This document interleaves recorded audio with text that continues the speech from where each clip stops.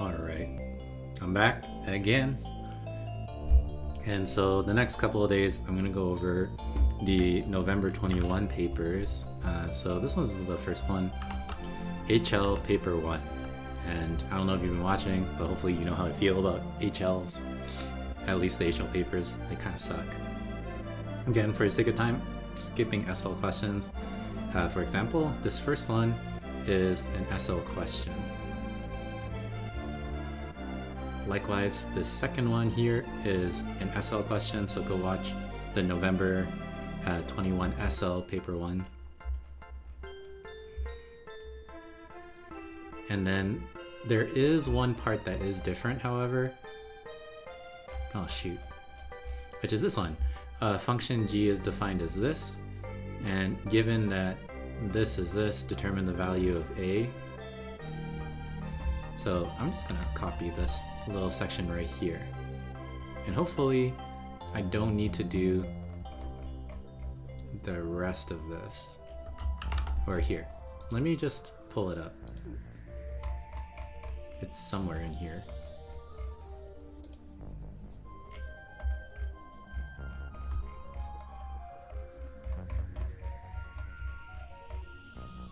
Okay, so here's the SL question.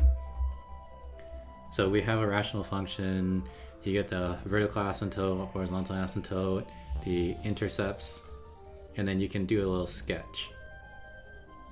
And then I accidentally did the sketch right here. And then what we need to do is, for part D,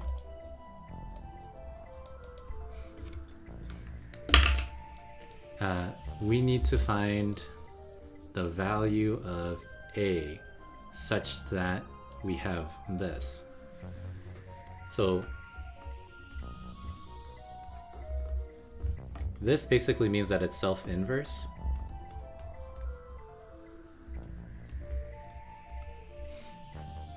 So when you do find the inverse, it's the same as the original. So there's a bunch of ways you can do it. We can do take the inverse of this and then set it equal to the original function g and then solve for a. Notice though that this format is very, very similar to the format of this. The only thing that's different is that this is not a 2, it's an a, and you're supposed to find a. And if you look at the current graph that we have,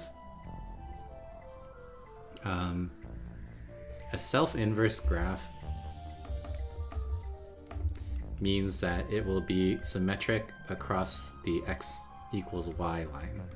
So I'm going to see if I can do that somehow. So for example, your typical example of a reciprocal self-inverse function is this one, y equals 1 over x.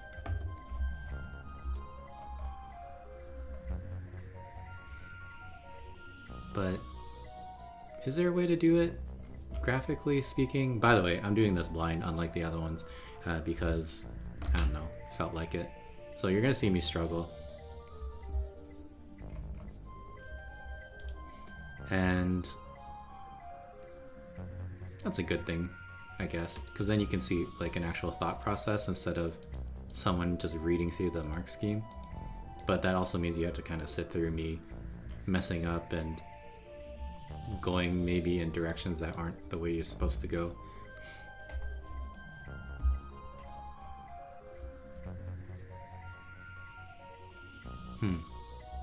Is a... The only thing that changes is this, a. If this is the only thing that changes, then that basically means the only thing that's going to change in the question, sorry, where is it? Here, is the horizontal asymptote's going to change. Because the horizontal asymptote is the ratio of the coefficients of your x's. So if I move that up there. Okay, so here. let's see if I can reason this out. And maybe I'm not going in the right direction, but I'm gonna borrow this. So, given this current information right here, I know that I have a vertical asymptote at 3. This is from the previous question. And I'm going to have a horizontal asymptote, like I said earlier, at the ratio of the coefficients of my x's.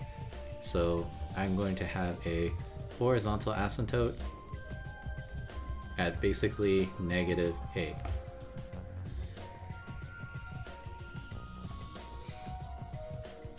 Okay, and I need to make sure that I want this to be symmetric at the line y equals x.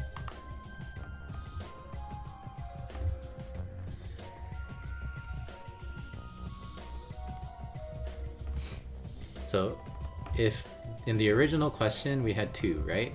So I had a horizontal asymptote at 2. And so you can see that this is clearly not symmetric across this green line. So the only way that we could really reason out for this to be symmetric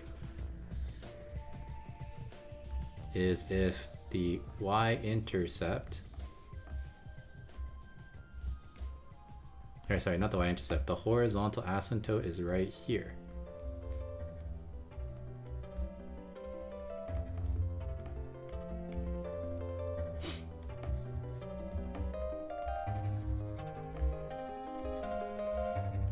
Because then it'll definitely be symmetric. If you have your horizontal asymptote go through this point, which is where all 3 asymptotes go through. And that value should be 3. So self-inverse, that means that the symmetric across y equals x. So the horizontal asymptote, this is 4 marks, needs to be at y equals 3. So a needs to be negative 3. Because your horizontal asymptote is at negative a. So negative 3 is positive 3. Yeah. So hopefully that makes sense. And you know that this is a y value of 3 because it's on the line y equals x. So x is 3, which we know it's 3 because that's where the vertical asymptote is. That means the y value is 3. Okay. This one is also an HL question. They're not pulling their punches, I guess, because the last couple of ones, like the first 5 questions, have been straight from the SL with nothing added in. Okay, we need to solve this equation, which means that we will need to simplify and collect and combine these 2 logs using log laws. However, there is one little issue. These are not the same base. So this 2, we will need to change it to base 3 because everything else is in base 3. And that's easy enough to do. There's a change of base formula.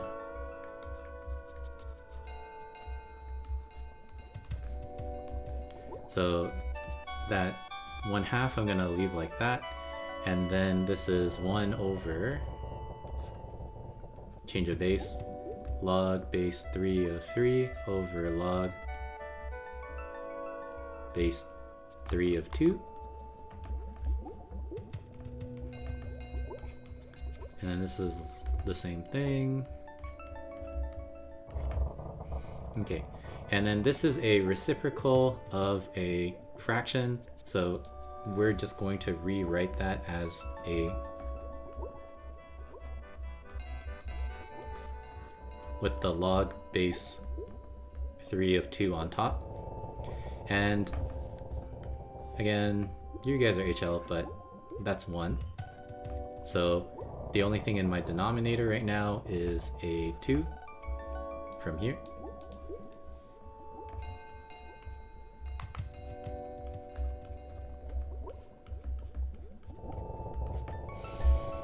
Okay, and then we're going to take the coefficient of 2 in here, or rather the coefficient of 1/2. And now we can combine the two logs on the right side, because they're now just log base 3s. So it's square root 2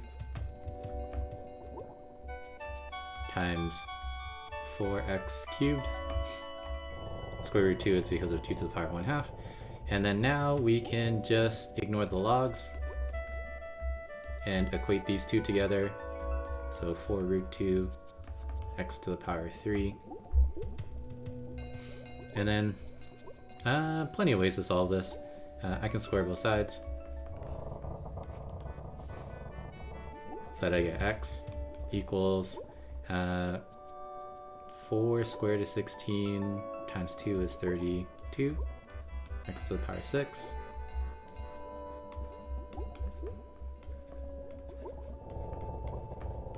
Take away the x, factor out the x. So we got what, 32 x to the power of 5 minus 1. And then solving this, you have x equals 0, but we will ignore that one because x needs to be larger than 0. And then the second one is this, 32x to the power of 5 needs to be, or minus 1 needs to be 0. Solving for x needs to be 2. Because 2 to the, or 1 over 2, sorry. Because you're going to take the 5th root of 1 over 32. I'm pretty sure 32 is 2 to the power of 5. So here is your answer. Easy. Okay. This one is an SL question. Skipping it. This one is an SL question, so I'm skipping it.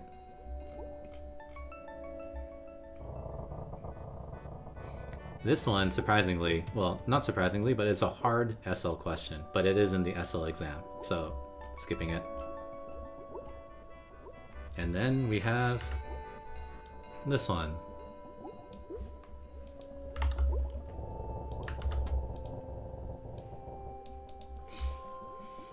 So we have a quadratic, because it's x squared.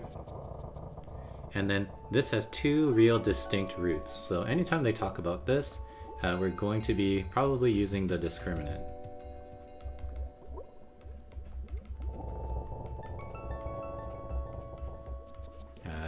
That little triangle symbol, which is just b squared minus 4ac. Okay, find the possible values of p. So first off, we are going to take the p on the right side of the equation.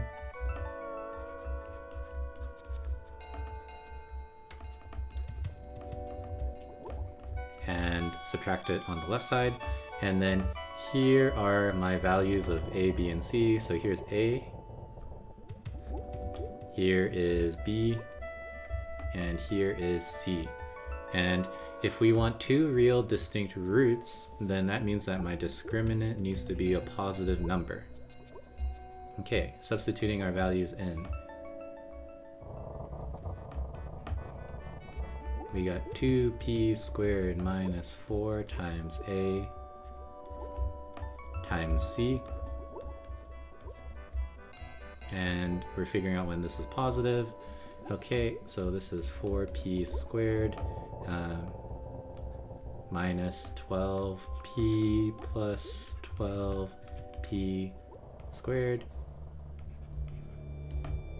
So we got 16p squared minus 12p.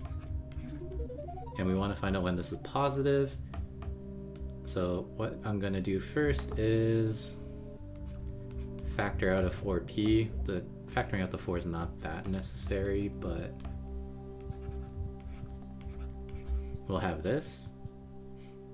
Okay, so essentially the way that I interpret this is, imagine you had a parabola, right? Okay, I can't really change colors unless I physically change the actual color of the pen I'm selecting. I guess I should say I can't change my pen right now. And instead of like an x-axis, you are graphing this quadratic, which is a p instead of an x, so we have a p-axis. And then, I don't know what you want to call the y-axis, it can be whatever you want it to be.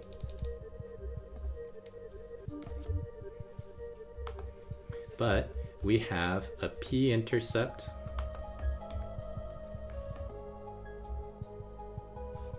at 0 from here, and we have another p-intercept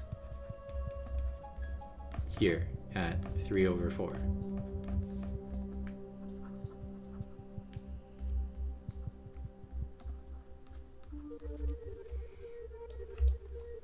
And you know that this parabola is opening upward because this is a positive leading coefficient. So here we go. It'll roughly look like this.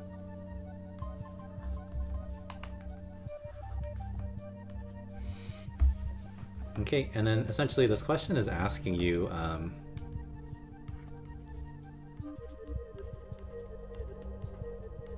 where is the p parabola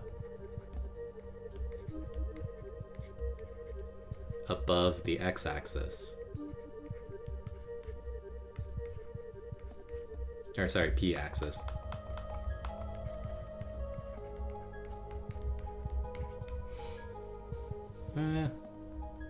Yeah. So essentially, you can think of this as your p's, and then you want your y value or whatever to be positive. So in other words, when is this parabola above the p-axis? And then if you just sketch that out, you can see it's above the p-axis right here and right there. So what values of p have two real distinct roots? This is when p is less than 0, which is this answer, and when p is more than 3/4, which is the second shaded bit. Okay. So consider the case when p is 4. The roots of the equation can be expressed like this. Find the value of a. Okay, I don't know why they're asking you to do this. This is kind of a stupid question.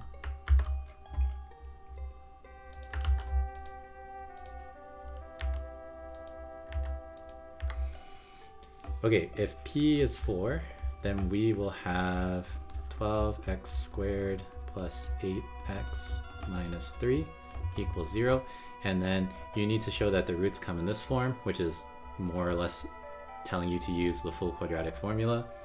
So I guess we're gonna use it and then simplify it. What is it? Negative b plus or minus square root of b squared minus 4 times a times c divided by 2 times a. Okay, and then this is 64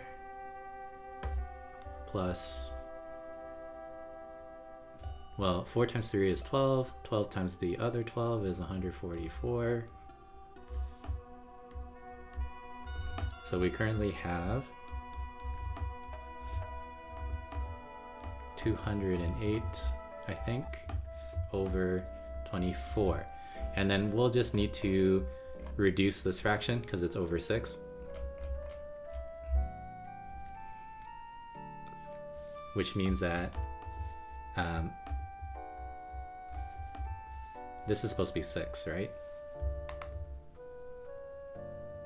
Yeah, okay. So that means that I'm going to divide everything by 6. Because the denominator is... Sorry, divide everything by 4. So this is going to be...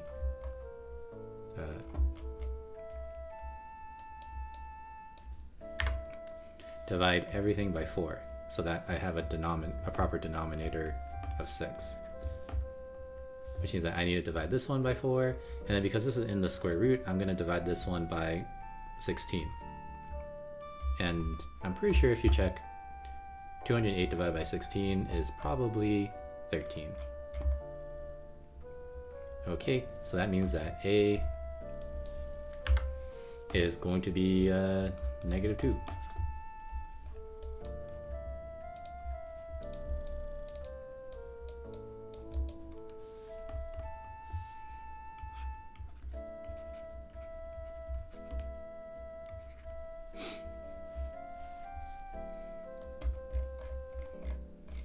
Okay, that's an easy HL question. Okay, and then we have this one. Oh no. I feel like this one, I'm probably gonna need to check the answer key because, or mark scheme. Because otherwise we'd have to do this a long way, because this is an integrating factor question, and those are really annoying. Okay, because you want to solve this differential equation, and it does have this part right here, which is the annoying part. We can do it the long way and do a separation of variables. If you don't want to do the integrating factor, I never remember the integrating factor thing. Okay, so bear with me. You can, or find a different video for this question.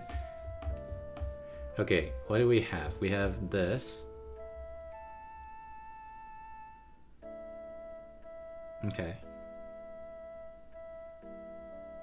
Oh, I forgot how to do this with separation of variables.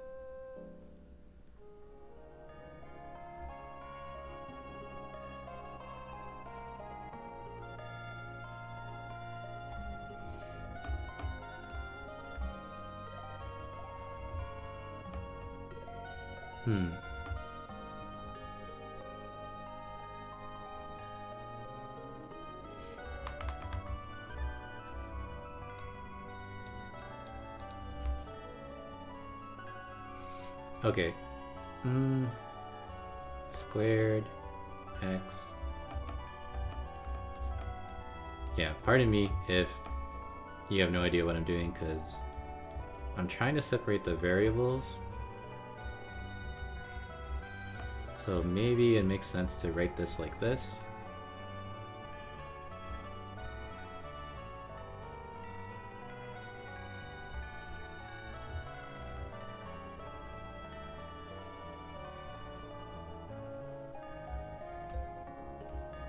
And then I can write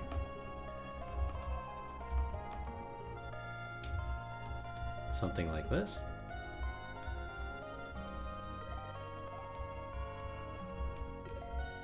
Otherwise I might just need to look at the mark scheme.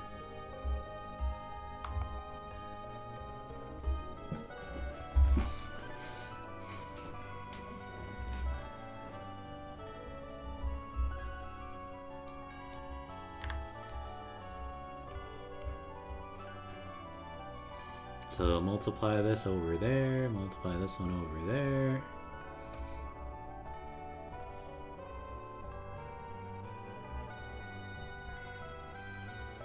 And then multiply this in. Yeah. I apologize, because this might not even be the right way to do it.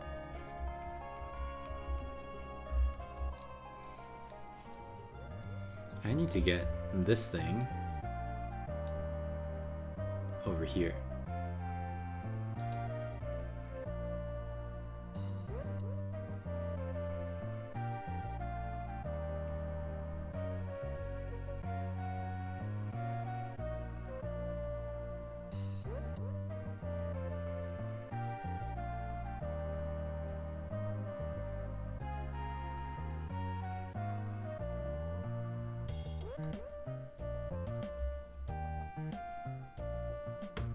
Ugh. I don't want to do this. It's been like a year since I did integrating factors, and I did not review it in preparation. Oh well, that's okay. So an integrating factor, however, I can explain to you is like more or less it skips like 10 steps of separating variables when as you can see, it's a little difficult to separate your variables.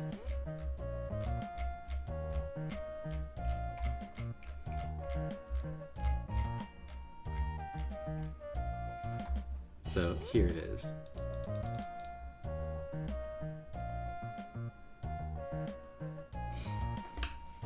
Okay. I think the way it works is if you have something in this form, dy dx plus some function of x times y, and then this is equal to another function of x,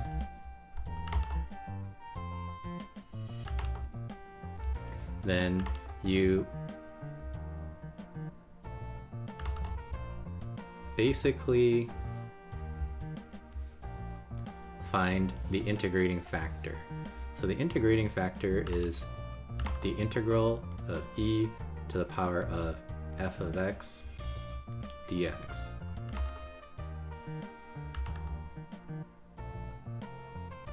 Okay, so if we were to rearrange our equation,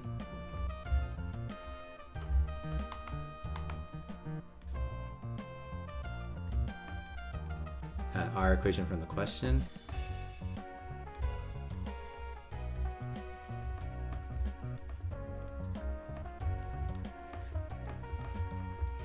as you can see, here's my f of x, which is the 2 over x. So my integrating factor is going to be the integral of 2 over x dx, I think.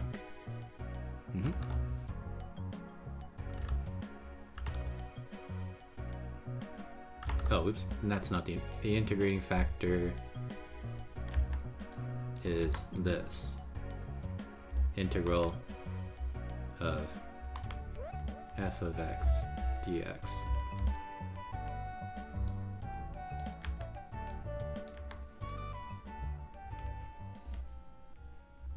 So 2 over x dx.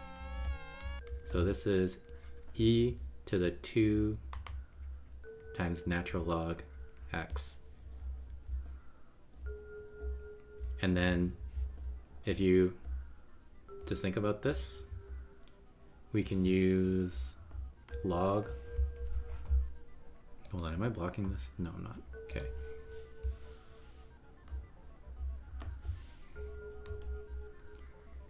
Use exponent rules.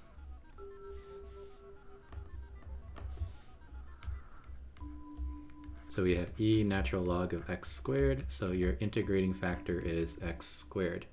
Now, what does the integrating factor do? It makes it so that you can integrate this. We multiply everything by the integrating factor.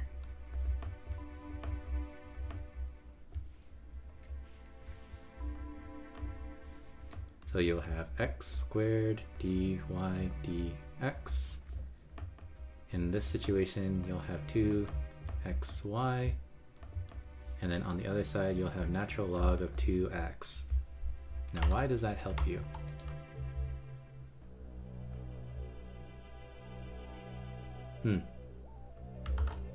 So if you do this properly, then I'm gonna group this together so that you can see it.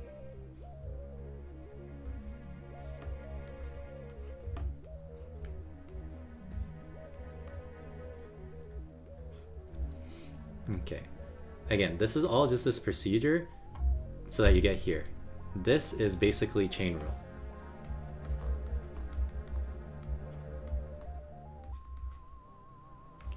And this is the derivative of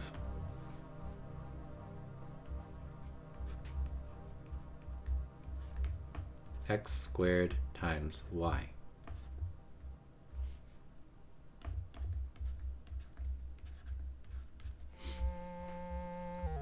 right? We have x squared times the derivative of y, which is dy dx, plus the derivative of 2x, which is, or sorry, x squared, which is 2x, multiplied by y. So again, this is what the integrating factor does.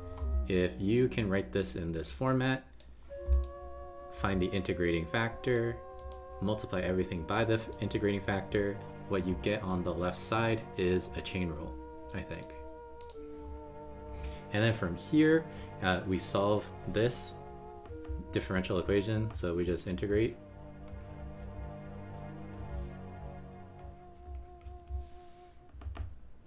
So you have 2xy equals, and then do you know what the integral of natural log is?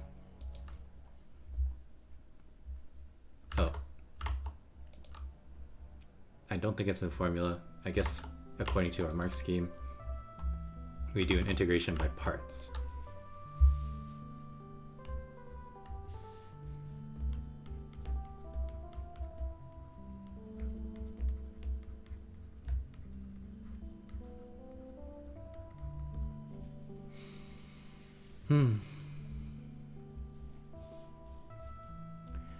So we do have a factor of 1. So we're going to let du be 1. We're going to let v be natural log of 2x. So u is going to be x. dv is going to be 1 over x.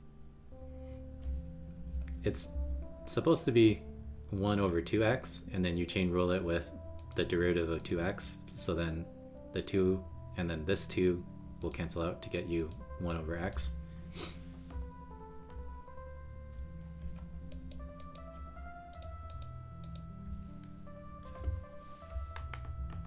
Okay, so then this becomes u times v minus the integral of u times dv. So the integral of these two multiplied together. Yeah. Okay.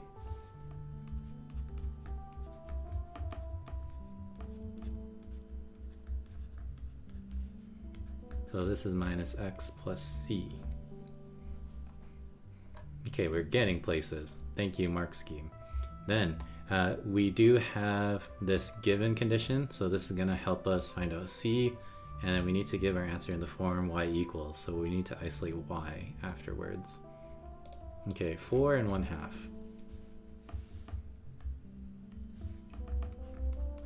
So 1/2 squared times 4 equals 1/2 times natural log of 2 times 1/2 minus 1/2 plus c. Okay, so this side is 1. This is natural log 1. So this is 0. So we have 1 should equal to negative 1/2 plus c, which means that c is 3/2.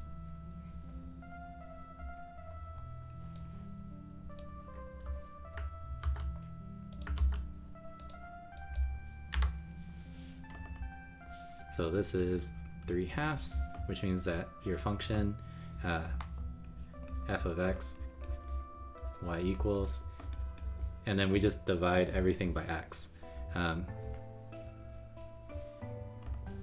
So divide everything by x squared. I don't know if they want you to simplify this. Because x is not 0, then we can cancel some x's out. And again, I just don't know how much they want you to simplify. Maybe they'll take this as an answer. Maybe they won't. Simplify, simplify, simplify. So you're going to get natural log 2x over x minus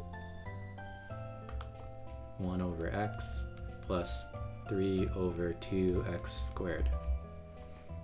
Again, I don't know if they want you to simplify this or just leave it like that.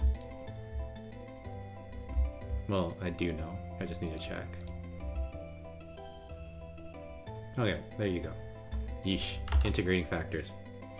I hate them.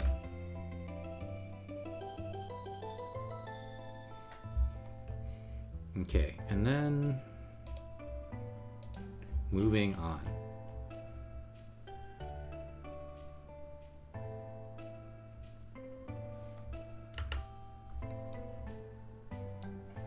Copy.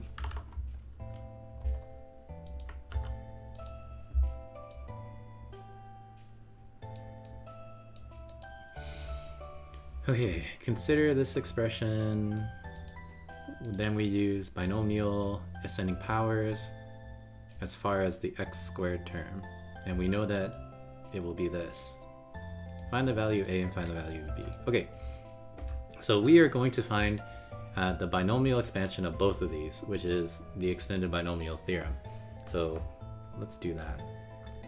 1 over the root of 1 plus ax is equal to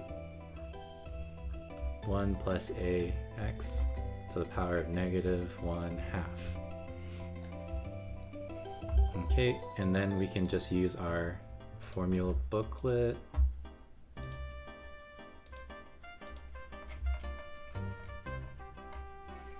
And so here's the extension of the binomial theorem.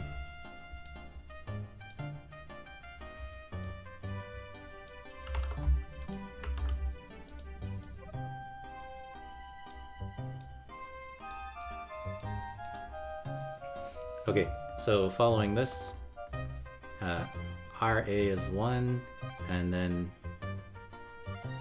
well, the formula's A is 1, and then the formula's B is AX. So we're gonna have 1 plus n, well, n is negative 1/2, so negative 1/2. B divided by A, there the formula is B divided by the formula is A. So, well, oh yeah, all of these are just 1. So this is AX.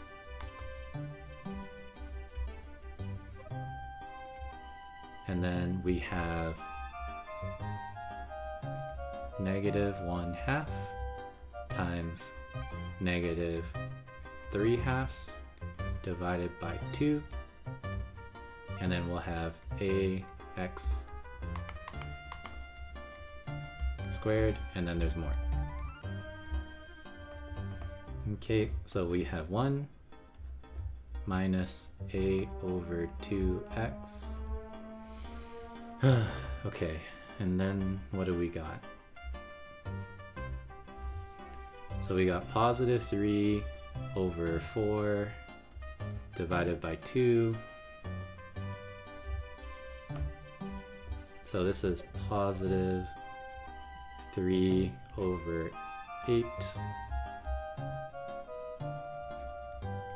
A squared x squared dot dot dot. Okay, so that's the first one, and then the second one is the square root of 1 minus x, which is 1 minus x to the power positive 1/2. So that's 1 plus n, which is 1/2.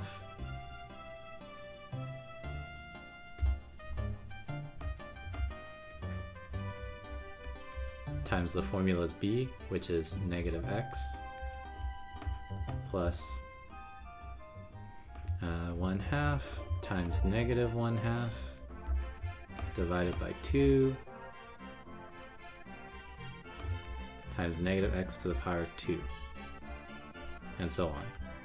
Dot dot dot. Okay, simplifying this, we got 1 minus 1/2 x minus 1 over 8x squared. I'm pretty sure all of this becomes negative 1 over 8. And so on. Okay. So that means that 1 over square root of 1 plus ax minus the square root of 1 minus x is equal to this thing.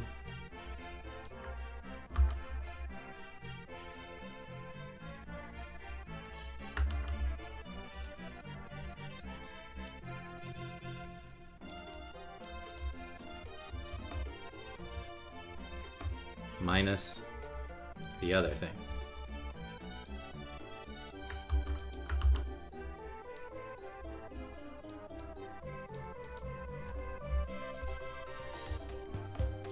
So if I subtract the 2, the 1 and the 1 are going to cancel out, and then I'm going to have negative a over 2 plus 1/2. So this is 1/2 minus a over 2 times x, right? Yeah. And then this one is going to be basically plus 3a over 2 plus 1 over 8 x squared, and then so on. Right, because this subtracting this one is going to be the plus 1, and then they're the same denominator, so I can combine them together. Same thing as this. Oh, I guess let's combine these two together. So 1 minus a over 2. So collecting these, right, we have plus 1 minus a, they're both over 2, combine them together. Okay, so we know that when you subtract these and you do the expansion, you should get 4bx plus bx squared. So 4bx plus bx squared.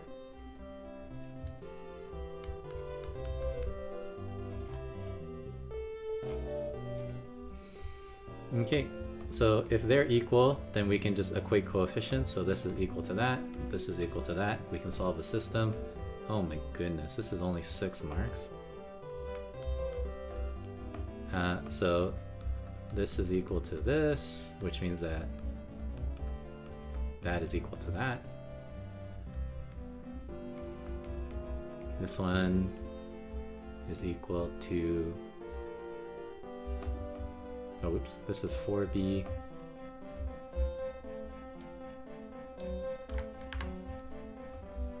plus 8b, and then this one is equal to this. So 3a squared plus 1 is equal to 8b.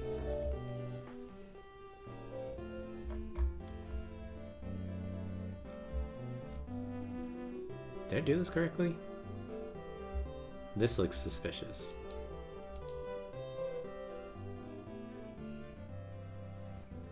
Okay, I'm gonna check the mark scheme. I mean, it could be that way, because that would be really nice if it was.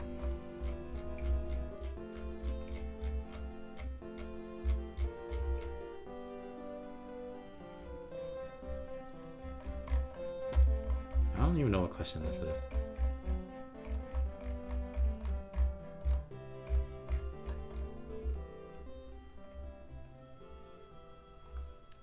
Nope, okay, we're good. Okay, so because they're both 8b, then I can equate the two left sides.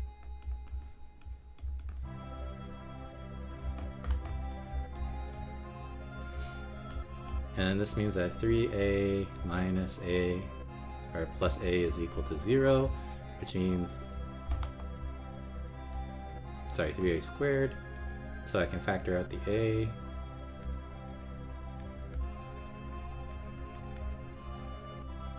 So a is negative 1/3.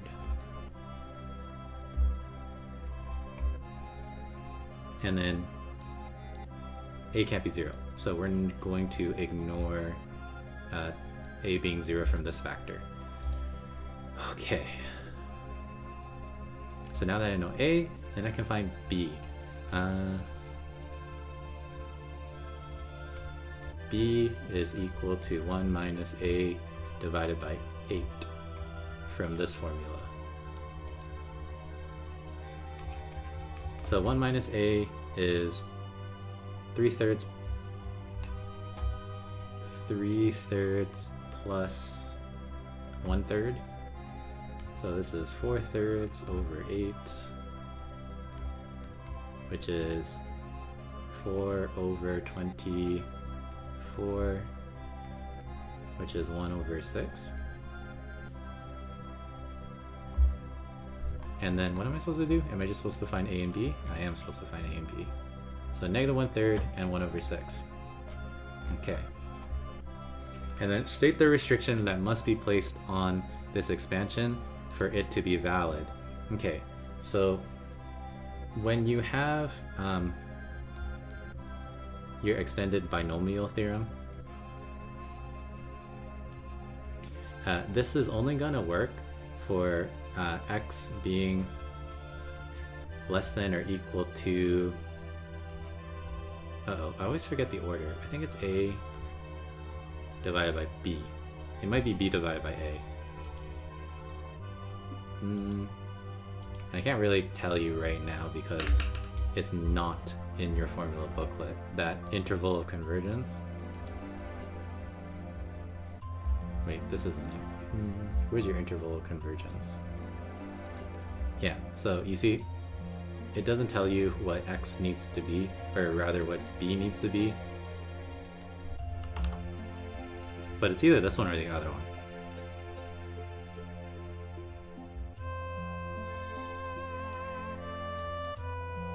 God damn it.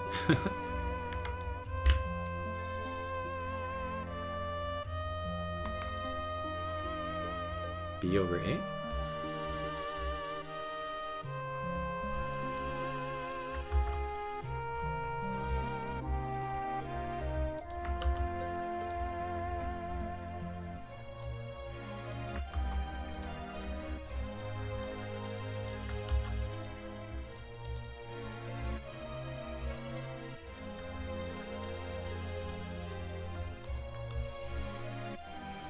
Okay, so each one of these has its own interval. So for this one, the absolute value of x needs to be less than 1,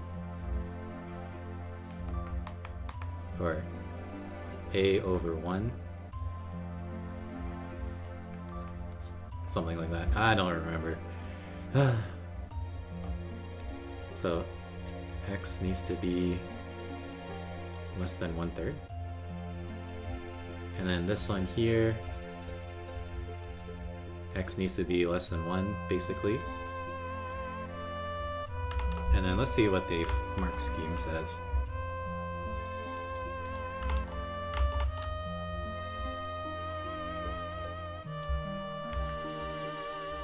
Okay, I think I have it backwards then.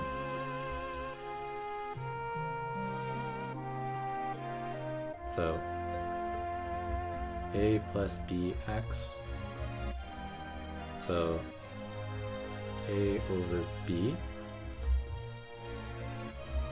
So this one is 1 over 1/3.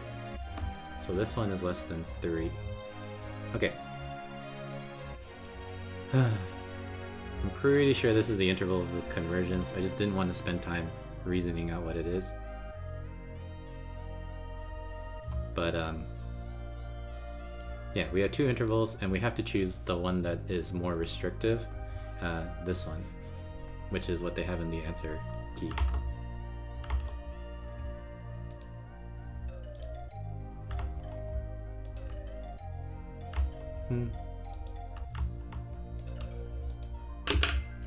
Okay, next one. Question 10 is an SL question, so I'm skipping that. This is the HL question right here. Copy. Ooh, mathematical induction. This doesn't look great. But it does look short. The question is short. Okay. prove by mathematical induction that the nth derivative of this thing will become this thing. Okay, easy enough to do. So first we take our base case, n equals 1. So we're checking if d by dx of x squared e to the x, and then this is equal to, this is the left side, just chain, or not chain rule, product rule. So this is 2x ex plus x squared e to the power of x. On the right side, we have x squared plus 2 times 1 times x plus 1 times 0 times e to the x. So we got x squared plus 2x e to the x. Okay, and then you can kind of see from here the left side is equal to the right side. So it's true. And again, this is not the proper formatting of induction, but these are the correct steps. So we assume that your hypothesis is true up to n equal to k for some k. So that means that dk over dxk of x to the power of 2 e to the power of x, this is equal to x squared plus 2kx plus k times k minus 1 e to the x. Yeah. Okay, and then for n equals k plus 1. So we're finding the k plus 1 derivative of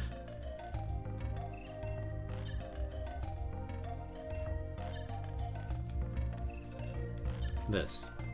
And then we want our hypothesis to show up here. So I need to find the d by the dkth derivative. And then that's easy because the dk plus 1 derivative is the derivative, is one more derivative from this one.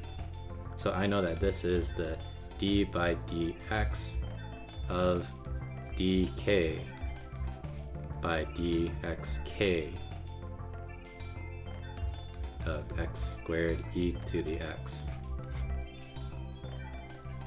And then here's my hypothesis, which means that I just need to take the derivative of the right side here. Wonderful.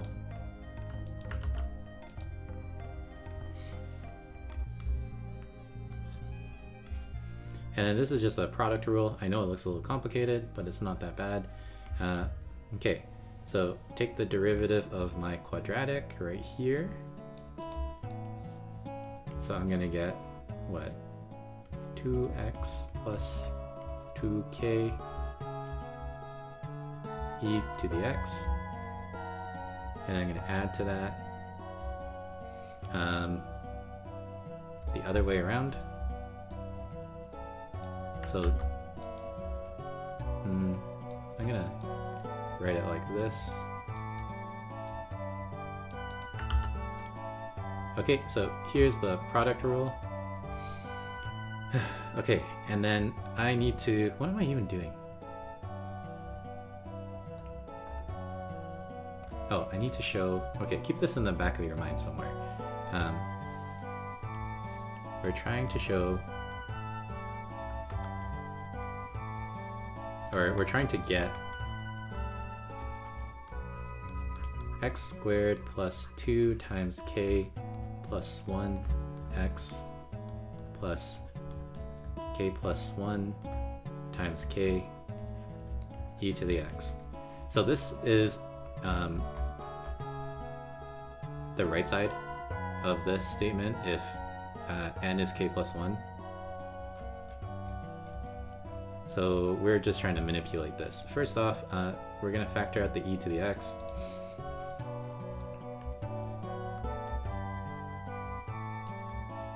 So I have 2x plus 2k plus all of this stuff, x squared plus 2kx plus, I'm just going to multiply in the k, so this is 2k, or sorry, k squared minus k, e to the x. So I multiply this in.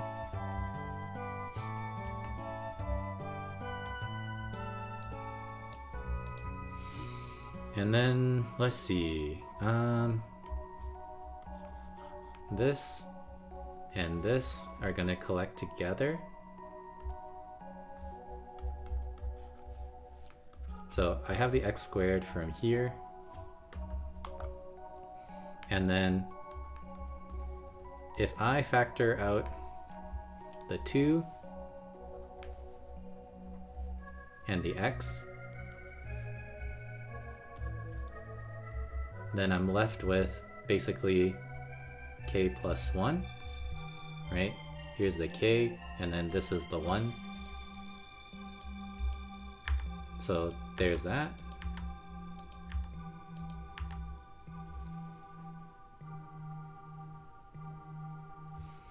And then I have k squared plus k from this 2k minus this k, and then that you can hopefully see if I factor out the k and then just write it in the appropriate order. I will get this, and then we're good. So true by induction.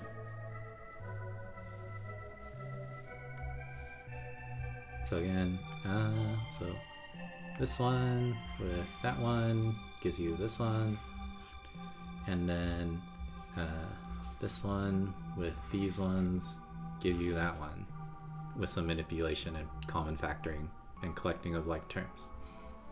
Okay. Hence or otherwise determine the Maclaurin series of this in ascending powers of x up to and including the term in x to the power 4. Okay, so Maclaurin series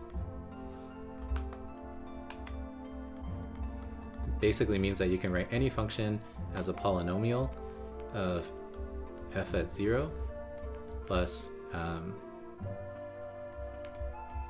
f prime at 0 times x plus f double prime at 0 divided by 2 factorial, which is just 2 x squared. And then we want to go up to x to the power 4. Okay.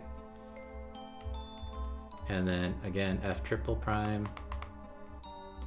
at 0, 3 factorial plus f quadruple prime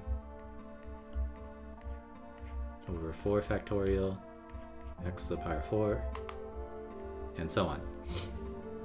Okay, so I guess we just need to find all these coefficients. We can use our answer right here.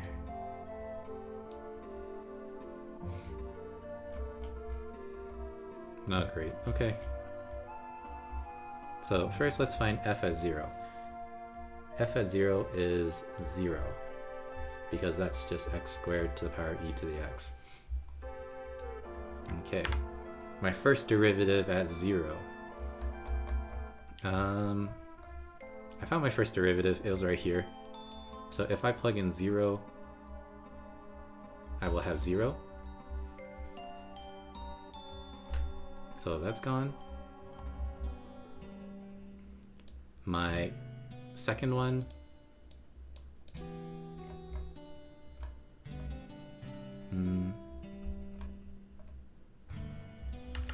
okay. Let me just copy this. Copy.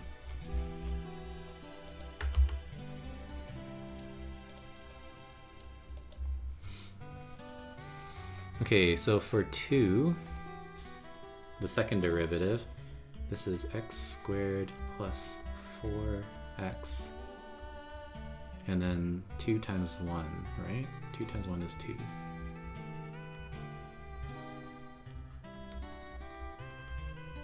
And this is e to the x. Okay, so if I were to plug in 0 into the second derivative, I would just get 2. Okay. So we have 2 over 2 x squared. And then notice that if you follow this pattern, the first two terms of this will always have an x. And then when you plug in 0, these two terms are going to go away. So the only thing that, and then if you plug in 0 out here in the e, that's just 1. So the only thing that really matters is this n times n minus 1. So if n is 3, then you're just going to have 3 times 2, and then times 6, or sorry, times 1. So don't worry about that. We're just going to find out 3 times 2. Okay, so this is 6 divided by 3 factorial, which is, well, I'll just write it for now. And then likewise, this is going to be 4 times 3, which is 12.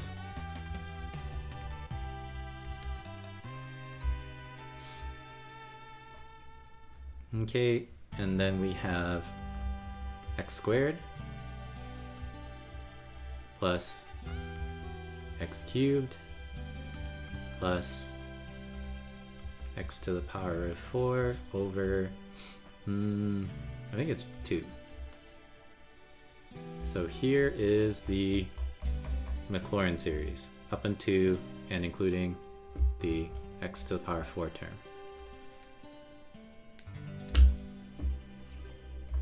I think. Yeah. And then there is, it says otherwise, there is an easier way. Because the Maclaurin series of x squared to the e to the x is just x squared times the Maclaurin series of e to the x. And the Maclaurin series of e to the x is in your formula booklet. So, yeah. A couple months ago I took a calculus course, so we obviously had to work with this. Right there, right? So this is 1 plus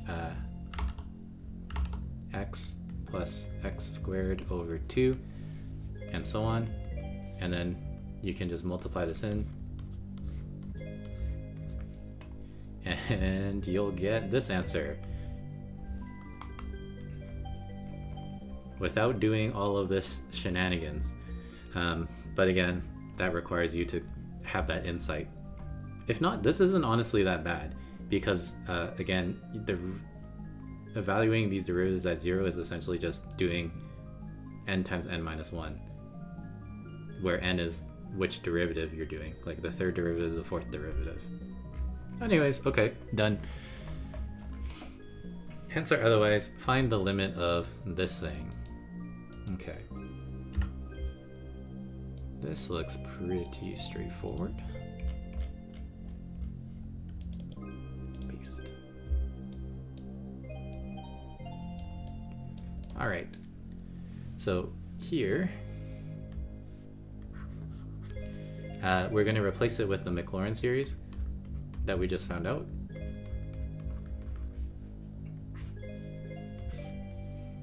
Which is x squared plus x cubed plus x to the power 4 over 2,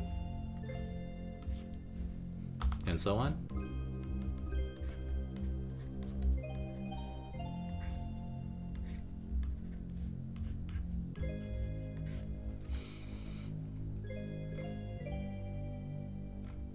Okay, and then you can see that these will subtract from each other, the x squareds with this x squared. So you're left with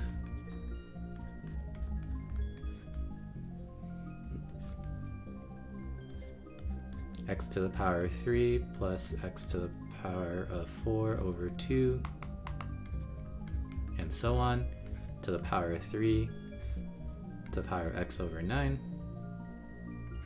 like that. Okay, and then the numerator, the lowest term in the numerator, if you were to expand this out, is x to the power of 9.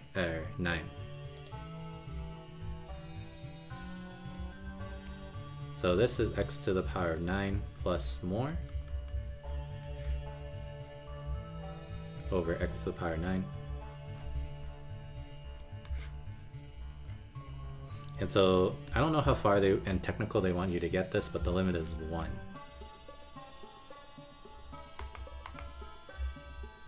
So this is, let's say,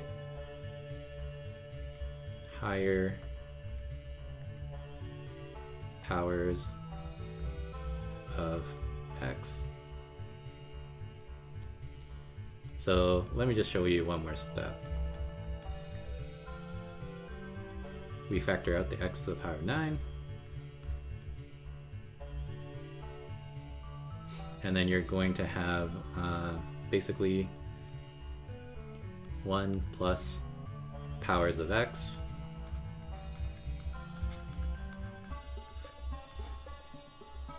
and then these will cancel, and then you can evaluate the limit because these powers of x's will become 0 when you plug in 0, and so you get the limit's 1. Nice, fun question. At least in my opinion.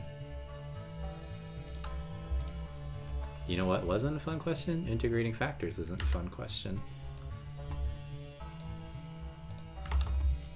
Okay, this looks like a complex problem, like complex number problem.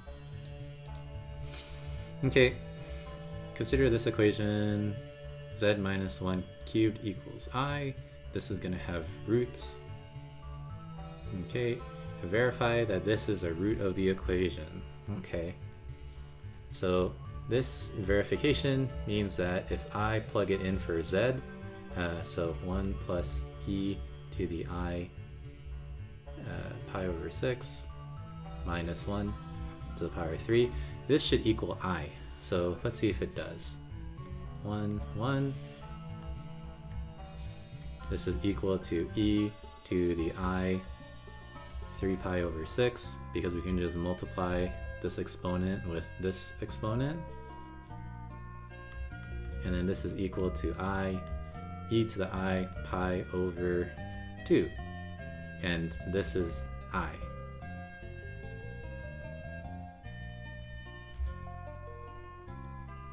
Because essentially this is saying that you have a complex number whose argument is pi over 2.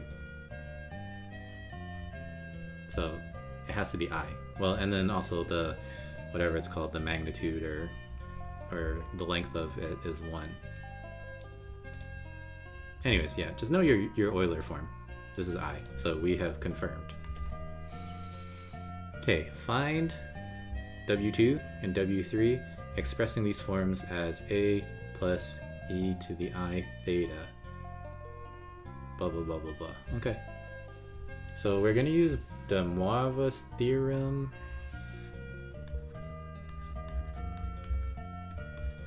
Z minus 1 is equal to I. So I, like I said, is e to the I pi over 2. And then this isn't a unique argument, and this isn't, complex numbers don't have a unique Euler form or modulus argument form. Oh, that's the word, modulus. Because it's an angle, right? The argument's an angle, so you can add multiples of a full circle and you'd still end up in the same place. So 2 pi plus k. And then from here, we can use the Marvel's theorem to take the cube root, which means that I divide the argument by 3. So this becomes pi over 6 plus 2 pi over 3 k. And just for the sake of things, this means that I am adding 4 pi over 6 k. And then when k is 0, we get our first answer, which is pi over 6. And then we need to find out when k is 1 and when k is 2, because there should be 3 roots for a cubic equation. So the first one is z minus 1 is equal to e to the I, and then if k is 1, then we're adding one of these. So 5 pi over 6, which means that W2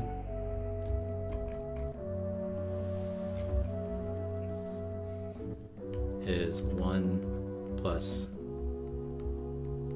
5 pi over 6, and then likewise W3 is going to be 1 plus e to the I 9 pi over 6. And that's when k is 2. So this is going to be, you know, whatever it is. Okay. These roots are plotted on an Argand diagram. Plot these points on an Argand diagram. Okay.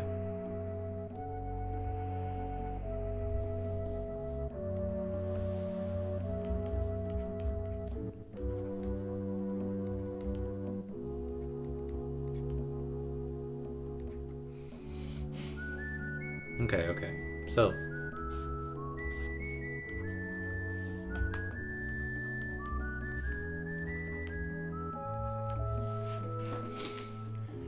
we're gonna plot this with on the Argand diagram on the complex plane, but you kind of need to know the the real and imaginary parts of this section, because what happens is you're adding 1 to those things.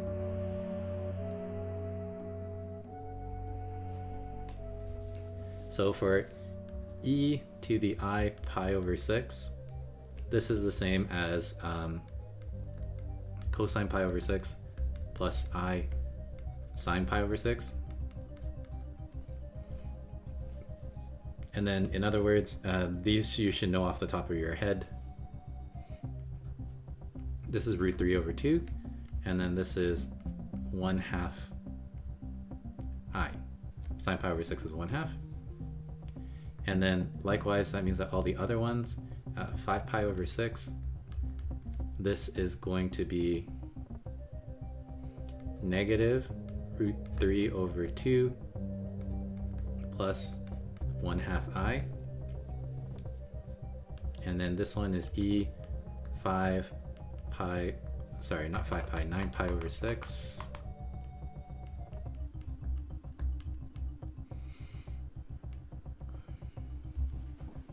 And then 9 pi over 6 is in which quadrant is that?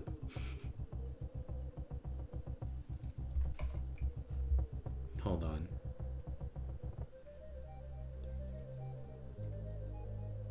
Oh, I don't think it's in a quadrant. It's right here, right? Yeah. 9 pi over 6 is the same as 3 pi over 2. So this is purely imaginary. Yeah, of course, that makes sense. Okay. Because if you cube this, you should go back to I, right?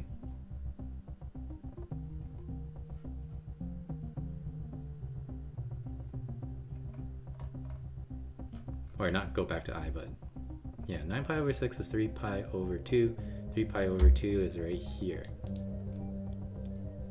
Excellent. Okay, so what we're going to do is, if we were to graph these very roughly, the first one is at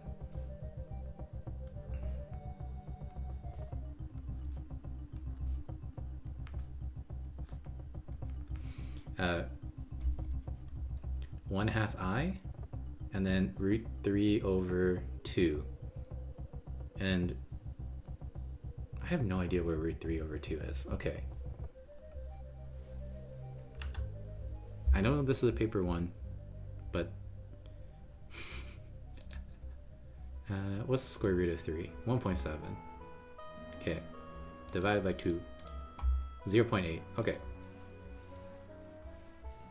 So W, or not W, but this one right here is at a real of 0.8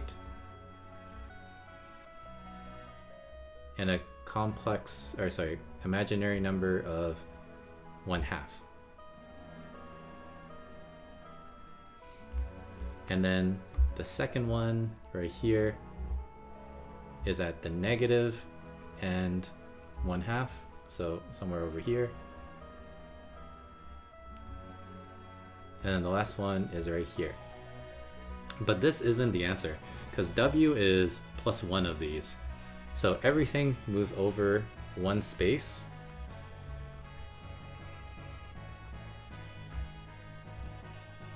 So this is W3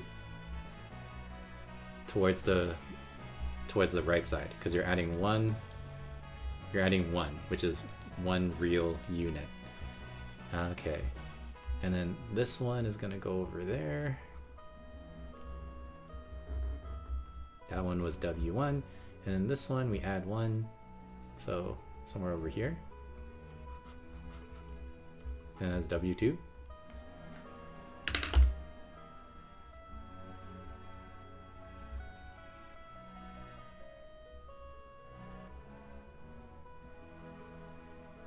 Yeah, there you go. Okay, there's your Argand diagram. And then find the length AC, or just find AC. So they want you to find this thing, because this is A, this is B, and then this one's C. Wait, find AC. Like, what do you mean by find AC? Find the length AC? Or find... That is a little misleading. Where's my answer key?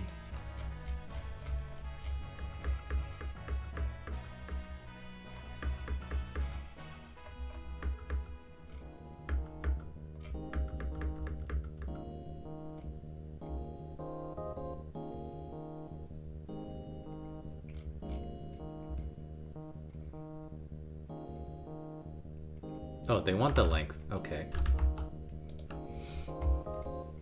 Okay, so next question, find the length of AC. Should have put those there.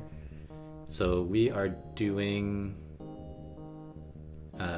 basically W3 minus W1. So this is 1 plus e to the I 9 pi over 6 minus 1 plus e to the I pi over 6, right?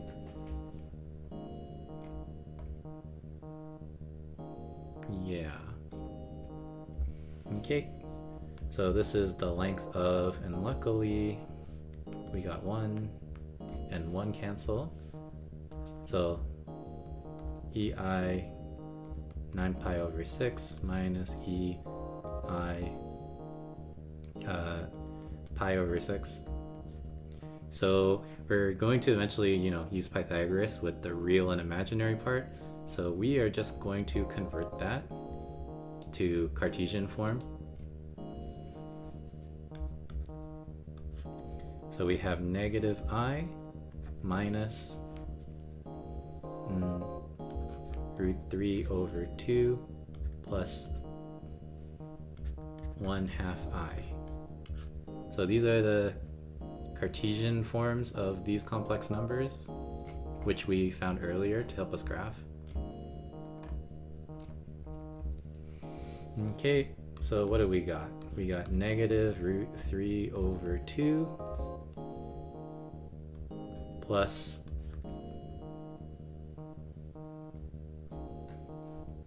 or, well, okay, minus 3/2 of I, right? -1 minus 1/2, -3/2.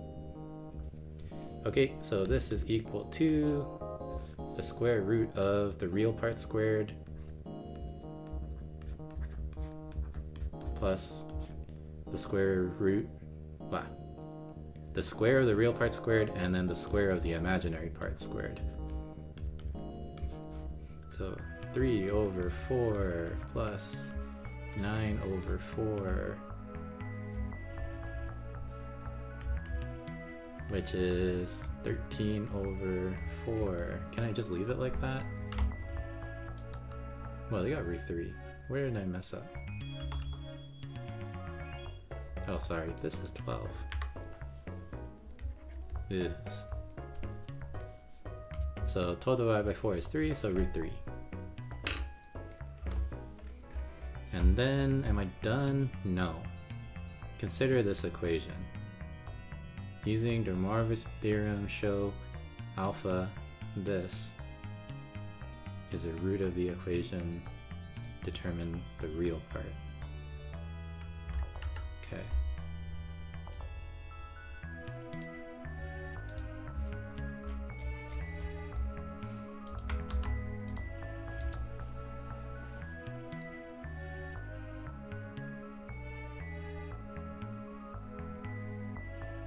Okay.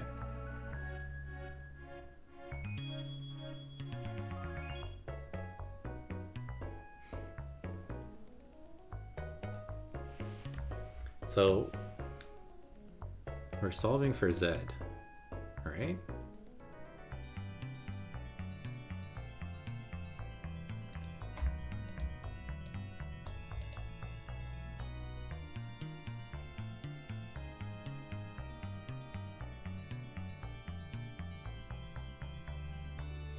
Okay, so this is the thing about complex numbers. I'm pretty sure you can't just cube root both sides and assume that they're still equal, because as you know, there's like different cube roots. So what can we do? To use de Moivre's theorem, we basically need something cubed equals like through another complex number here.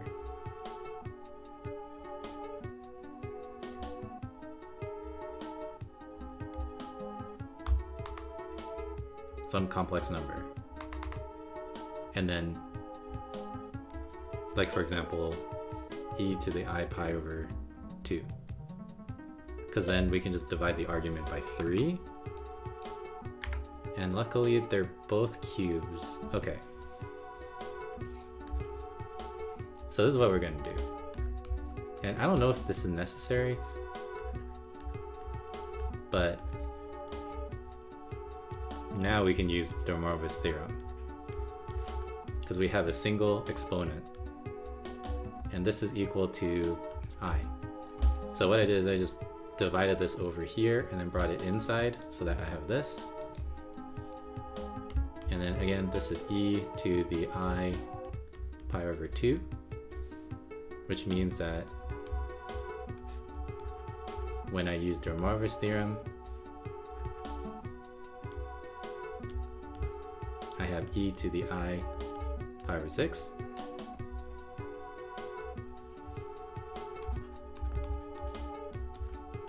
And then we have e to the I pi over 6 times z. And I know it, again, it looks like I could just cube root both sides and then I would get it, but I'm pretty sure you can't do that with complex numbers. Someone can correct me, I guess. And then we are going to do a little switcheroo, collect my like terms, factor out the z,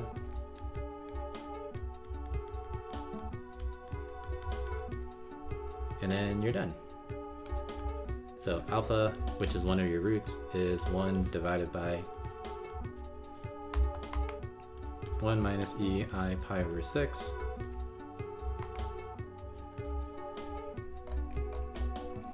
And then determine the real value of a. Okay, so we're going to change this to Cartesian form. 1 minus root 3 over 2 plus 1/2 of I.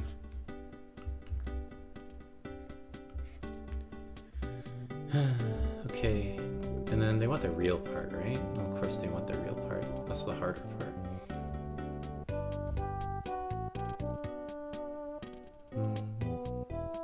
So we have 1 minus root 3 over 2 plus 1/2 of I.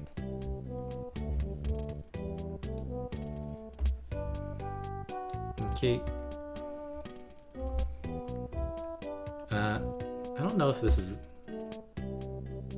I'm gonna change this and write this as 2 minus root 3 over 2.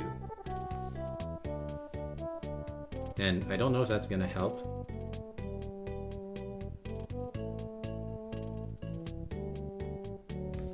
And then I'm gonna factor out a 2 from the denominator.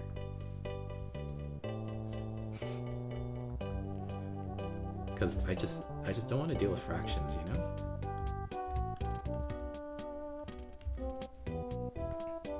Okay, and then I have a division by complex number, so we will need to multiply by the conjugate.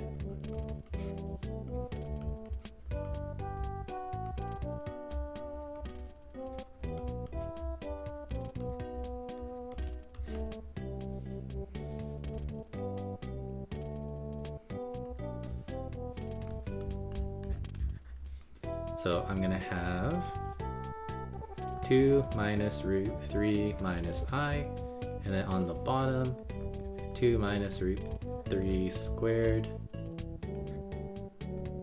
plus 1.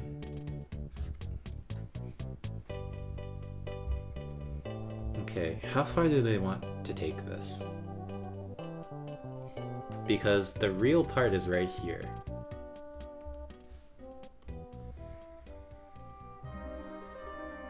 This.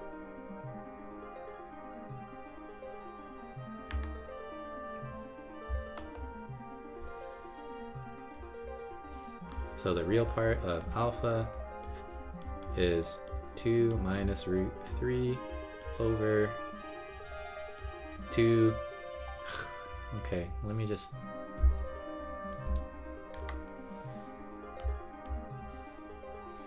This is 4 minus 4 root 3 plus 3 plus 1,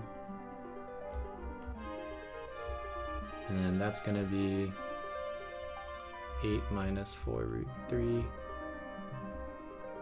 and then multiply the 2 in the denominator in. 16 minus 8 root 3. Do they want you to rationalize it too? Screw it, I'm leaving it like this. And that's it. Okay. So the HL stuff wasn't that bad. Aside from the integrating factor, but that's more on me.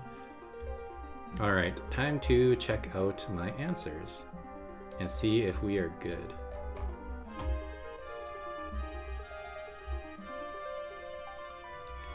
Okay, so here is the extra part to that one question about the self-inverse. So they have different methods. Usually they do. I'm obviously only going to go through the one that I used.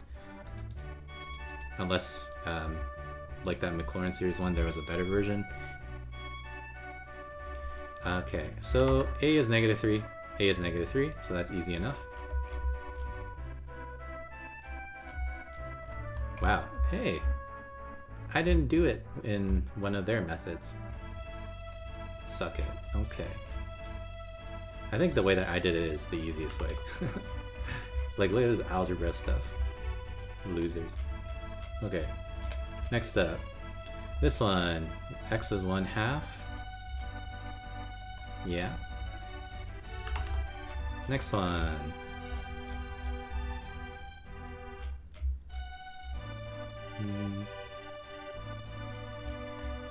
this is all that SL questions. Here you go, discriminant. P is less than 0 or P is greater than 3 over 4. So I have that. That's done. And then A is negative 2. A is negative 2. Okay.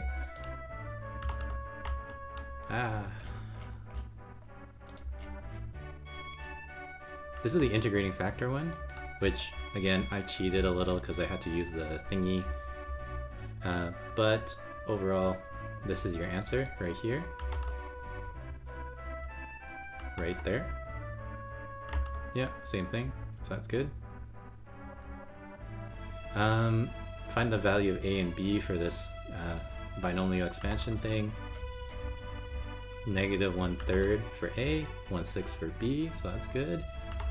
And then I checked the answer for this because I forgot what the interval of convergence was, but here it is, this one, because this is the smaller interval. And then again, I think it was supposed to be this way. Okay, this one is a proof, so I proved it. Next up, find the Maclaurin series of this, which is pretty straightforward. I did it in 2 different ways. The easy way that requires a little bit of you understanding Maclaurin series and stuff, and then the way where you would use part A. And they're both the same, so they're probably right. This limit should be 1.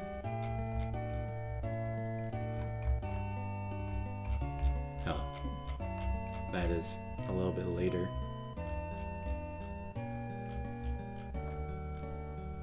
Okay, good. 1. Easy. Okay, show that this is a root, which showed that. Find the other 2 roots. So 5 pi over 6 and then 9 pi over 6, which is 3 pi over 2.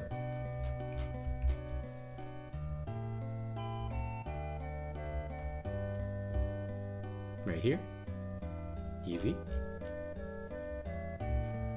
Okay, here's my Argand diagram. Yeah, mine looks just like it.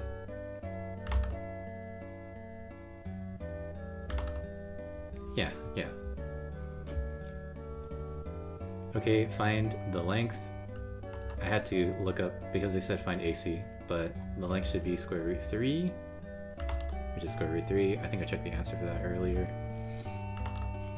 And then this one, like I said, to use the Romanov's theorem, you need a single exponent. So I had to move this 3 over here to bring it inside. And then I used the Romanov's theorem on this statement. So yeah, this is a proof. I showed that. And then I need to find the real part of A. This one, I'm curious what they put.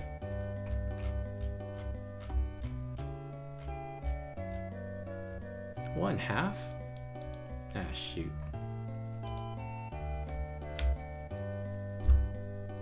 Oh, okay. So you have 2 over root 3, and then if I factor out an 8, uh-oh, I don't have 1/2. I get 2 minus root 3. I have 1/8. Uh-oh. I am off by quite a bit.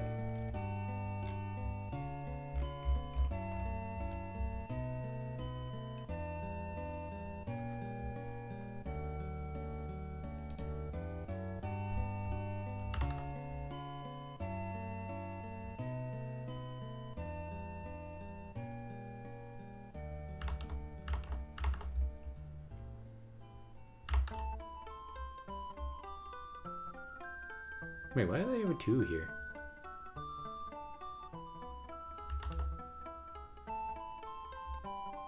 Oh, son of a... that's why.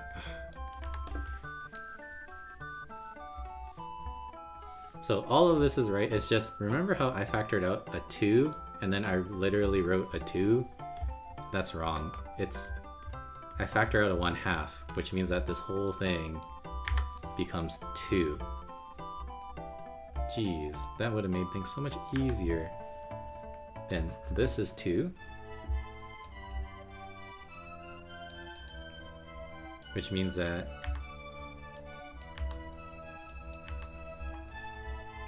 on the top,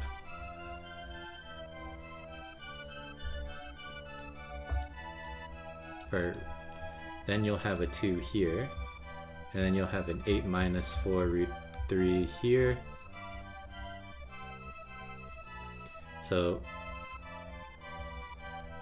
if you factor out a 4 from the bottom,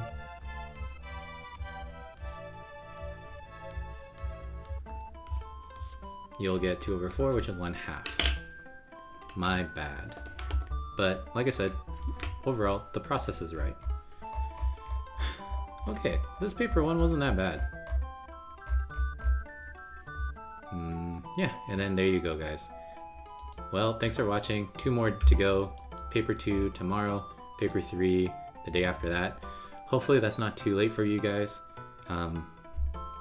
But I believe paper 3 is next Thursday, and if I follow this timeline, I will be uploading November's paper 3 this Thursday. Okay, thanks for watching. Bye-bye.